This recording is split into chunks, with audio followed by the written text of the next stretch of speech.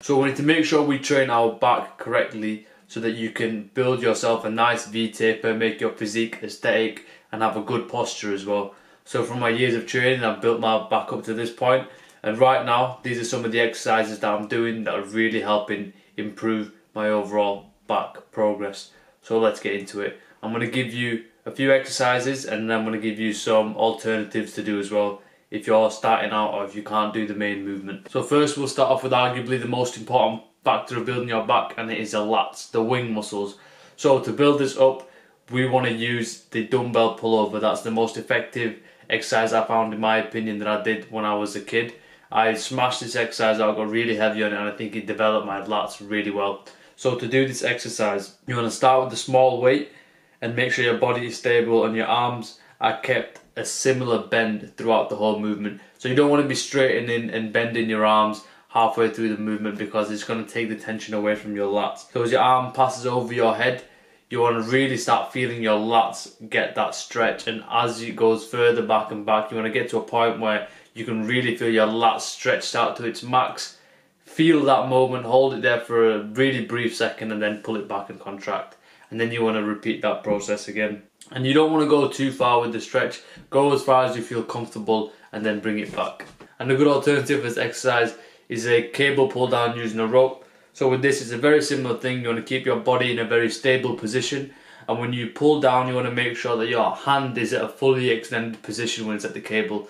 A mistake people make is standing too close to the cable, so then you don't get the full extension of your lat. And very similarly, you want to keep your hands and arms in a similar bend throughout the motion, so you don't want to be straightening your arm halfway through the pull down because then you're just going to start engaging your triceps. The next is, you'll probably guess, my favourite exercise, one of my favourite exercises in the whole world, and it is the pull-up.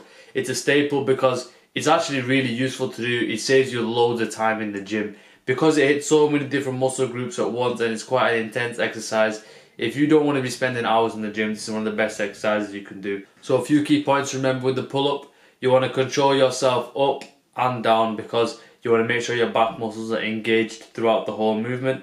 And you want to think about pulling into your chest a little bit more because it gives you a cue, a mental cue to engage your back more as well. And make sure your back's nicely stretched out at the bottom, so don't be doing any half reps. And a bonus with this is that simply just switching your hand positions can shift the focus to other areas of your back, so it saves you a lot more time. So if you have a neutral grip, you can target your lats a bit more, and if you're having a wider grip, you can target your mid and upper back, and that's also the hardest variation for this pull-up.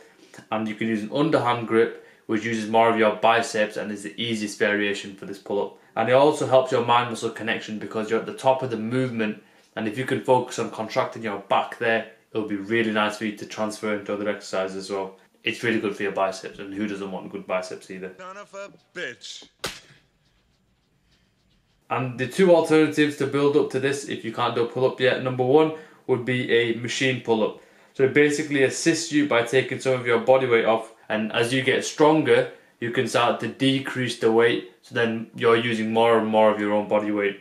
And then the second alternative is doing a lat pull down. So with this exercise, the key thing is to not overuse your biceps and not relying on momentum. So start the movement by engaging your back, start retracting your shoulder blades a little bit, and then pull the bar down. A lot of people, the mistake they make is engaging the movement with their arms straight away, so you can see them pull from their bicep, which takes the engagement out of your back, which is really important. And the next exercise I really enjoy at the moment is a seated row machine. Now I think this is really good because it stops your body from swinging and using other muscle groups and joints. So especially a common mistake I see is when people use a seated row cable machine. They're just swinging way too much and they're not putting enough tension on that back and using too much of their arms and biceps. So this completely negates it as you're in a stable position. So similar to the pull-up, you can switch your variations to target different areas of your back, but because it's horizontal, you don't have the added challenge of gravity pulling you down. So it's quite easier to do, and because of that, you can work up to it and really start focusing on engaging your back. And with that, and because it's a safe exercise, you can go to a literal failure. So you can do partial reps. So if you can't get the full rep out, just do smaller reps towards the end of your set. You can go to a complete failure till you can't do any reps in the tank anymore.